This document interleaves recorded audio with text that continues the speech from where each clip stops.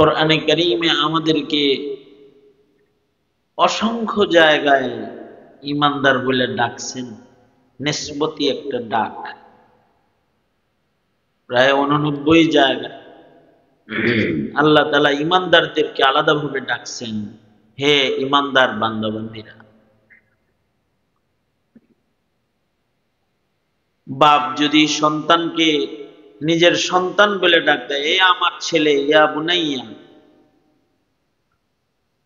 তাহলে এটা নিসবতি ডাক। নিসবতি ডাক পিতার সাথে সন্তানের সম্পর্কের গভীরতাকে সুস্পষ্ট করে। উস্তাদ যদি শাগরেদকে ও আমার ছাত্র এটা বলে যদি ডাকে, তাইলে উস্তাদের সাথে ছাত্রের নিসবতটা পুখতা হয় এবং এটা ছাত্রের জন্য সাআদাত। উস্তাদ তাকে আমার ছাত্র বলছে, বান্দার জন্য অবশ্যই এটা আলাদা একটা সৌভাগ্য যে বান্দাকে আল্লাহ, ওই ইমানদার, এ আমাকে বিশ্বাসীগণ যারা ঈমান আনয়ন করেছে আমার ওয়াহদানিয়তের উপরে, এটা বইলা আল্লাহ ডাক দিছেন। তো এটা এই ইমানদারের জন্য নিসবতি ডাক বড় সৌভাগ্যের ডাক।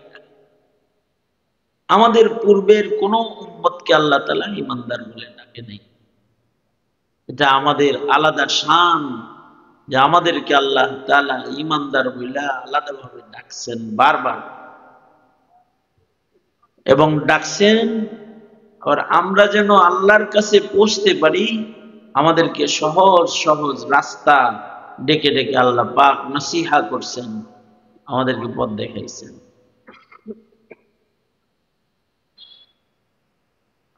আল্লাহ পাক আমাদেরকে তিলাওয়াতকৃত আয়াতে যে নসিহা গুলো করেছেন সেটা হলো, ইয়া আইয়ুহাল্লাযীনা আমানুত্তাকুল্লাহ, ও আমার আদরের ইমানদার বান্দা বান্দীরা, ইত্তাকুল্লাহ, তোমরা আল্লাহকে ভয় করো, ওয়াবতাগু ইলাইহিল ওয়াসিলা, এবং আল্লাহর পর্যন্ত পৌঁছার জন্য ওসিলা তালাশ করো, ওয়াজাহিদু ফি সাবিলিহি, আল্লাহর পর্যন্ত পৌঁছার আল্লাহর রাস্তায় তোমরা মুজাহাদা করো,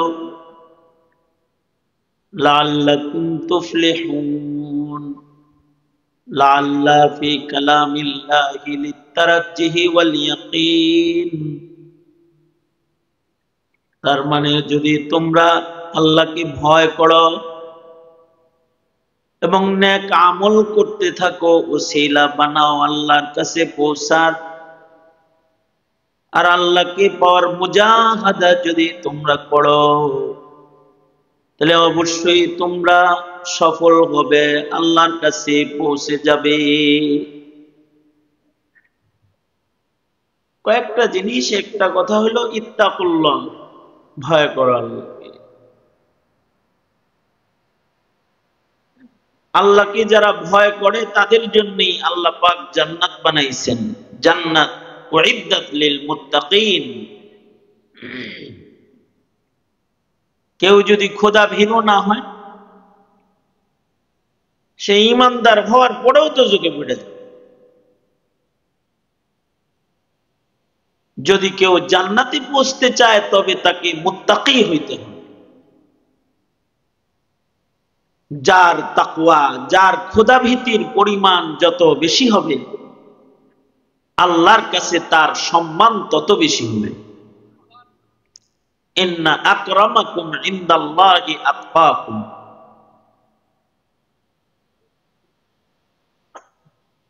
এ কারণে মুমিন আল্লাহকেই ভয় পায়। সত্যিকারের মুমিনরা কাউকে ভয় পায় না।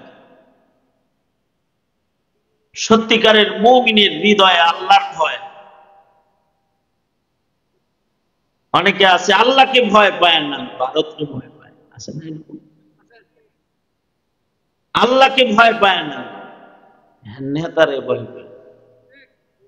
আল্লাহকে ভয় পায় না, তার সরকারকে ভয় পায়, চাকরিরে ভয় পায়। আছে না নাই? হ্যাঁ, ঘুম হারাম করে সকালবেলায় অফিসে যায় বয়ে থাকে, কার ডরে? সরকারের ডরে, চাকরি নয়। তার মানে দুনিয়ার সরকারের ডর আছে, কিন্তু আসল সরকার কি?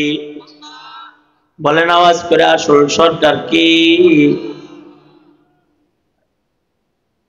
দুনিয়ার মানুষের ভয় আছে, কিন্তু আল্লাহর ভয় নাই। বাঘেরে ডরায়, কুকুরে ডরায়, সাপেরে ডরায়, কিন্তু আল্লাহকে ভয় পায় না। আছে না নাই?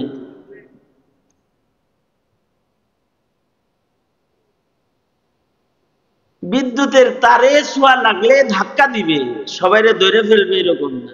ধরার বিদ্যুতের লাইন আন, এটা যদি ছোঁয়া টোয়া লাগে তো একটা শর্ট করবো আর কি, ধাক্কা দিব, এটারে ভয় পায়। একটা ধাক্কা খাইব, এর লেগে ভয় পায়। কিন্তু আল্লাহকে যারা ভয় পাবে না, তাদের দোজখের আগুনে ফেলা হবে, এটারে ভয় পায়। এর চেয়ে বড় বোকার কে আছে, যাকে ভয় পাওয়ার তারে না পায় আরেকজনের পায়। বাঘেরে ভয় না পায় বিড়াল ভয় পাচ্ছে। সবাই বলবে এটা মেয়াও মেয়াও করে, এটারে ভয় পাচ্ছে, কোলে হলো। দুনিয়ার মুসলমানরা একমাত্র আল্লাহকেই ভয় পাবে, মুমিনরা। কথাটা কার? আল্লাহ কি ভয় পাওয়ার উপমা, উদাহরণ কোরআন, হাদিস এবং মাশায়েখদের নসিহার মধ্যে এত বেশি উপমা, যে উপমা বললে আল্লাহর ভয় কাকে বলে এটা আর বলতে হয় না, এমনিতেই স্পষ্ট হয়। আল্লাহকে ভয় করে তারা যারা আল্লাহর ভয়ে ইবাদত ছাড়ে না, আল্লাহকে ভয় করে তারা যারা আল্লাহর ভয়ে গুনাহ করে না। কারণ ইবাদত ছাইরা দিলে দোজখে যাইতে হইব। এক ওয়াক্ত নামাজ ইচ্ছা করে ছাড়লে এটার জন্য জাহান্নামের আগুনে জ্বলতে হবে।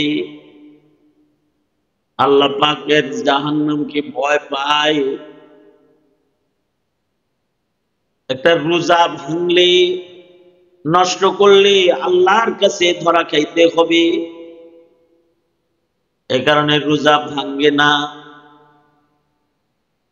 গুনাহ করলে আল্লাহ তাআলা ধরবেন, এ কারণে গুনাহ করে না।